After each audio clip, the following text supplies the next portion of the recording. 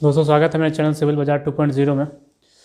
आज मैं आपको बताऊंगा कि सफल ठेकेदार आप कैसे बन सकते हैं। सफल ठेकेदार बनने के 7 कारण। दोस्तों देखिए, जो भी आप टेंडर टेंडर डालने जाएं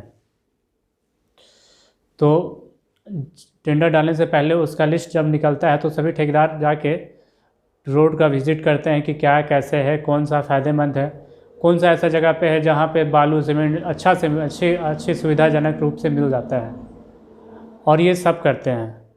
लेकिन आपको ऐसा नहीं करना है, क्योंकि आपको जब आप टेंडर भेड़ चाल में जाइएगा तो सब एक जगह जाइएगा तो सारे बिल्डर एक जगह एक ही रोड में मिल जाएंगे।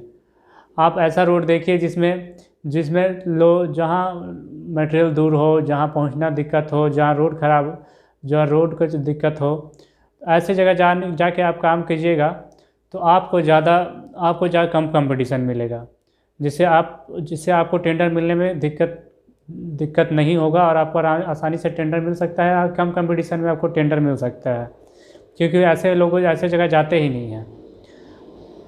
दूसरा, आप जा कर के अपना जगह छोड़कर ऐसे शहरों में चले जाइए जहाँ से बेंगलोर, जहाँ पर बहुत सारे टेंडर निकलता है। उसमें तो सॉफ्टवेयर में हार्डवेयर से लेकर इतने सारे टेंडर निकलते हैं कि यहाँ आपको सक्सेस करना थोड़ा आसानी पड़ेगा।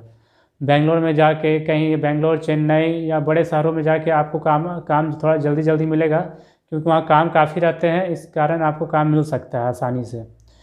और इसके बाद भी अगर आपको काम अगर अपने एरिया में करना है तो आप ऐसा जगह देख सकते हैं जैसे जहाँ पे लोग जाना ही नहीं खोजते। जैसे कुछ जगह होता है जहाँ बोलते हैं लोग नेशनलाइट एरिया है, और नेशनलाइट एरिया में उस कारण वहाँ पे बहुत लोग जाते नहीं हैं। लेकिन एक चीज़ देखे होंगे, जब पाकिस्तान में मैच कराना होता है तो न्यूजीलैंड हो या श्रीलंका हो, उसमें की टीम मेन टीम भले ना जाती हो, लेकिन उसमें के ख़राब खिलाड़ी चले जाते हैं। वो ख़राब खिलाड़ी इसलिए जाते हैं क्योंकि वहाँ एक बार पाकिस्तान टीम से खेल लिए और चमक गए तो उनको हमेशा टीम में अपनी जगह पक्की हो जाएगी। तो उसी तरह आपको भी थोड़ा सा रिस्क लेना होगा। ये ज़रूरी नहीं है कि आप एक बार काम ले लेने के बाद आप वहाँ आप ही खुद जाए काम कराने के लिए। एक बार आप वहाँ काम ले ले, 1-2 बार साइट विजिट करके वापस आ जाए, फिर वहाँ आप कोई सुपरवाइज़र रख सकते हैं जो वहाँ का काम कर सकता है। बहुत से लोग होते हैं जो इसी कारण नहीं जाते हैं, जबकि वहाँ बिडिंग सिस्टम बहुत कम गिरता है और वहाँ काफ़ी अच्छा खासा मुनाफा होता है। तो सबसे बढ़िया यही होगा कि आपके चलते ऐसे जगह को टारगेट करें। तीसरा कारण ये हो सकता है कि आपके चलते जब भी आपको काम मिले तो आप उस काम को हमेशा ये के साथ निष्ठा और मेहनत के साथ करें, क्योंकि आप अगर उसमें काम के प्रति लापरवाही कीजिएगा तो आपको ज़्यादा नुकसान लगेगा। नुकसान लगने के बाद आप आगे के काम के बारे में सोच नहीं पाइएगा, आप सही कैलकुलेट नहीं कर पाइएगा किसी भी काम को लेके कि इसमें मेरा कितना बचत हो पाएगा। और और चौथा कारण ये हो सकता है कि जब भी आपको पैसा मिले तो पैसे को आप अपने निजी खर्चों में कोशिश करें कि कम ही खर्चा हो और उसे वापस कंपनी में लगाएं, और जो भी टूल्स रिक्वायरमेंट का ज़रूरत पड़े आप उसको टूल्स में ख़रीदने में लगाएं, या टूल्स ख़रीदने में नहीं तो फिर आपसे उससे वापस से टेंडर भरने या टेंडरिंग के काम में ही लगाएं, जिससे आपका पैसा बना रहे और आपका धीरे धीरे जो एसेट्स है वो बढ़ते रहे।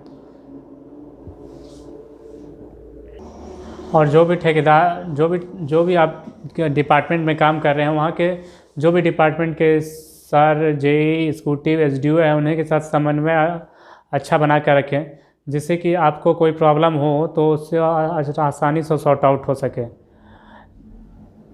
और जब ये बना लेते हैं तो आपको टेंडर मिलने में भी चांसेस बढ़ जाते हैं, आपका भविष्य में आपको ज़्यादा आगे रेफ़र किया जा सकता है। हाँ, लेकिन आपके साथ अगर आपको जो प्रोजेक्ट मिला है उसमें कोई कमी है या उसमें कोई ये नहीं है या उसका एग्रीमेंट नहीं किया जाता है तो आप उसके खिलाफ़ एक्शन ले सकते हैं, क्योंकि ये आपका अधिकार है कि आप अपने हक़ के लिए लड़ें।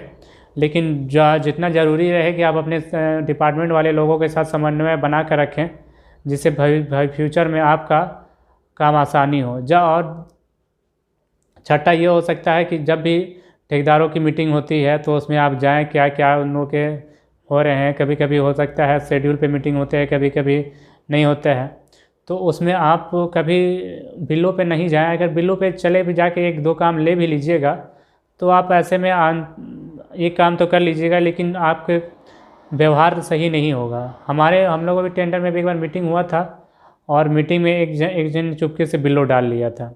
फ्यूचर में जब एक बार एसी आया था और काम बांटने का जिक्र हो रहा था तो वो ठेकेदार भी गया हुआ था और वो बड़ा ठेकेदार था। और क्या हुआ कि अचानक जब वो सबके सामने जब एसी सर ने बोला कि क्यों कर दिए, जब सब बिल्लो डाल गया, सब शेड्यूल पे गया था, बिल्लो चले गए, तब उनके मुंह वो चुपचाप हो गए उन सभी के सामने।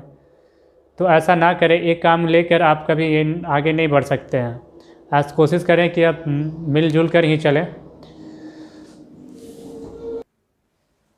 पांचवा कारण ये हो सकता है कि आप जो भी एग्रीमेंट किए हैं, आप उसे 1 महीना पहले काम ख़त्म करने का कोशिश करें और उसे ख़त्म करने के बाद उसका वर्क कंप्लीटेशन सर्टिफिकेट, और जो आजकल नेट पे चढ़ाया जाता है कि वर्क कंप्लीट हो गया, उसको नेट पे भी चढ़वा दें।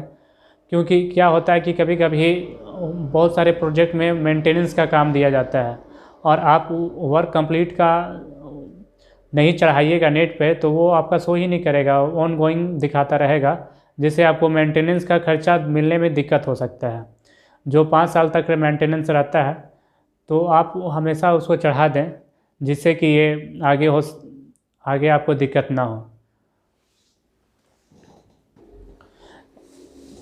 छठा कारण ये हो सकता है कि आप जब भी कोई काम करें, प्रोजेक्ट करें, तो हमेशा उसका जितना भी खर्चा होता है उसका लेखा जोखा लिख के रखें। या तो आप उसके लिए लैपटॉप में लिखें या फिर एक खाता बुक का यूज़ कर सकते हैं, या कोई भी जिसके थ्रू आप वहाँ लिख सकें, जिससे पता चले कि आपका कितना खर्चा पड़ रहा है और भाई फ्यूचर में आप आने वाले कामों को कैसे कर सकते हैं।